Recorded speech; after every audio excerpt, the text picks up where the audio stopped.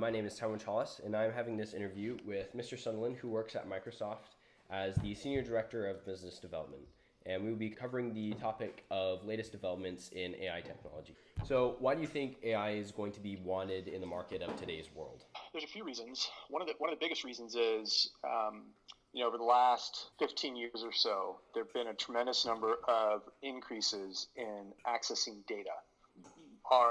In our daily lives now, without even thinking about it, we access this vast pool of data from all over the world via computers and networks, and we call it the internet. And we do things like FaceTime over the internet. We do things like email over the internet. We do things like research and project collaboration over the internet, which is wonderful. It's allowed us to get much more ready access to a much wider variety of information and people and interaction modes than ever before. Along with that, there's this connected challenge that people often refer to as information overload. And that is, a lot of people are increasingly feeling overwhelmed by the vast amount of information or data that's constantly kind of being pushed at them through a lot of these communication modalities. And frankly, it's far more than a human being could ever hope to kind of sift through and make sense of.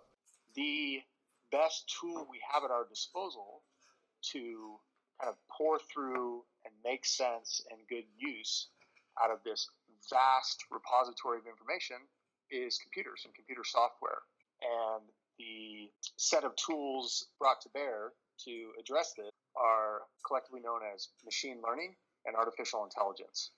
And, those are fairly broad fields and loaded terms, but the long and short of it is enabling machines, these increasingly capable computers, to learn and to process data at rates that are impossible for a human being. And so, the long and short of it is, in the information age that we live in now, to make good use of that information and productive use and efficient use of that information, artificial intelligence is the best tool we have available. Another big reason why, and one that, a lot of times people talk about the concerns that artificial intelligence or intelligent machines are going to displace people. They're going to take jobs away from people. And, if you look at the big data, if you look at historical data, let's just look at data from like the last 70 or 80 years, and you look at the largest economies in the world, and you look at the growth that was experienced kind of year over year, world's 20 largest economies, that growth rate is north of 3% as far as productivity gains. It varies by economy and year to year, and about half of that growth rate is due to productivity gains. New tools at our disposal, new ways of using those tools, new ways of collaborating, new scientific insights or information.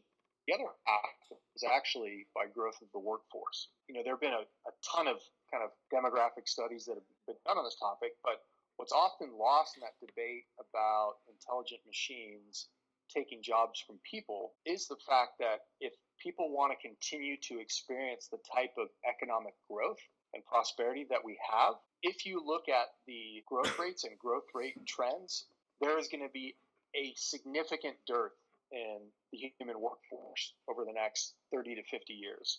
Some projections have it in the billions, as a matter of fact. And so the other important dimension of this is, not only is artificial intelligence required to kind of make sense and good use of the increasing amount of data we have at our fingertips, but artificial intelligence or intelligent or productive machines are actually going to be required for us to continue to experience the type of growth and prosperity increase that we've increased over the last several decades because of the worldwide declining growth rate. And so for two very important reasons, artificial intelligence is projected to be not only an inevitability, but socially managed responsibly, a boon. So I think those are probably the biggest reasons why. Can you give me a short overview of what you do on a day-to-day basis to make sure that customers get what they want? So my job kind of is at the tip of the spear, so to speak. In strategic business development, what one of my key roles is to identify kind of the trends of the future and how those trends are going to proceed and how those trends do or don't make sense for Microsoft specifically. specifically to be involved in or investing in or contributing to. And so, I have both an interesting and a challenging job in a very real sense. The work that I do day to day, when done properly, is actually about how I ensure that our users, our customers, get the types of experiences or the types of tools or assets they want and need 5 years from now or 10 years from now. And there's a variety of ways that we do that. Number one, we spend a lot of time looking at kind of statistical data for kind of trends. For example, a coworker and I spent over a month kind of pouring through a large set of data from the U.S. Department of Labor and the Bureau of Labor and Statistics, looking at the jobs that people in the United States do, how much time they spend on each of those jobs, and how much the companies in the United States pay to have those jobs performed. And what that helps us to understand is, as it stands today, where are the vast amount of commercial resources that are being invested to have certain types of labor performed? And then we can go through that data and see, in order to make these kind of companies, and employees more productive, where are the areas that we can invest in technologically to provide kind of advances or efficiencies. And then, once we have a sense of, the opportunity that is there, we spend a lot of time looking at kind of the technological landscape. What level of maturity is it at? What level of maturity will it be at? We look at the market, the potential customers and users. What level of kind of acceptance or readiness do they have for certain forms of technology? And then, what areas of kind of the technology required to find those productivity or those efficiency gains is Microsoft well positioned for or well suited to or not? And then based on that, we put together kind of investment plans and product roadmaps and work with, the executives at Microsoft that are responsible for kind of the engineering talent at Microsoft, as well as kind of our large partners and customers to kind of set up deals and sets of investments to kind of build and bring these products and experiences to market. What can you tell me about recent AI technology and how it's being developed into home use, and how's that going to make our lives easier? Yeah, I think the most kind of prominent or visible examples of home use for AI technology are consumer products like Amazon's Alexa and the Amazon Echo and the Amazon Dot, as well as kind of quote-unquote smart home products like the Nest thermostat or Philips Hue light bulbs. I don't know if you personally have experience with any of these products, but these are products that the Alexa is the most obvious example, and Apple has Siri and Microsoft has Cortana and Google has the Google Assistant. All of the largest technology companies in the world are investing in this, but not only is it in your home or workplace or school or whatever in the form of like Alexa, but it's also in the smartphones that all of us carry every day wherever we go.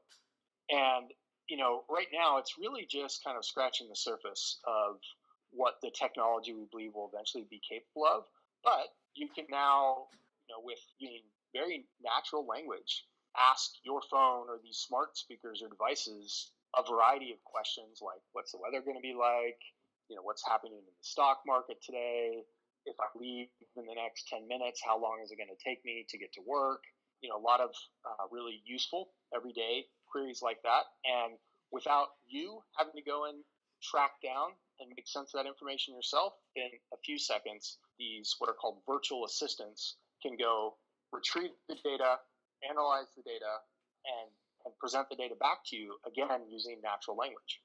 And so number one, there's a lot of really kind of small everyday tasks and pieces of information retrieval that are important and valuable that now we can do just by articulating that intent or that desire and having it automatically answered. And now there's small or simple tasks they can perform on our behalf as well, like Alexa, please turn off the lights downstairs, or Alexa, please adjust the temperature in my house to 70 degrees. And so there's very simple, what are called kind of single turn conversations. In other words, it's just a request and response type of pattern that these pieces of software, using the language that we use to communicate with one another every day, can now begin to answer questions for us and perform simple tasks. That's the most kind of prominent and popular manifestation of these artificial technologies in our homes and our lives right now. What are some recent developments for cars and AI compatibility?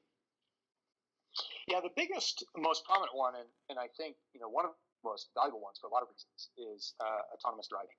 Cars that can essentially operate themselves. There right now are no cars that you or I as a consumer can purchase that can operate in a fully autonomous manner, which is called level 5 autonomy, and pilot on open roads.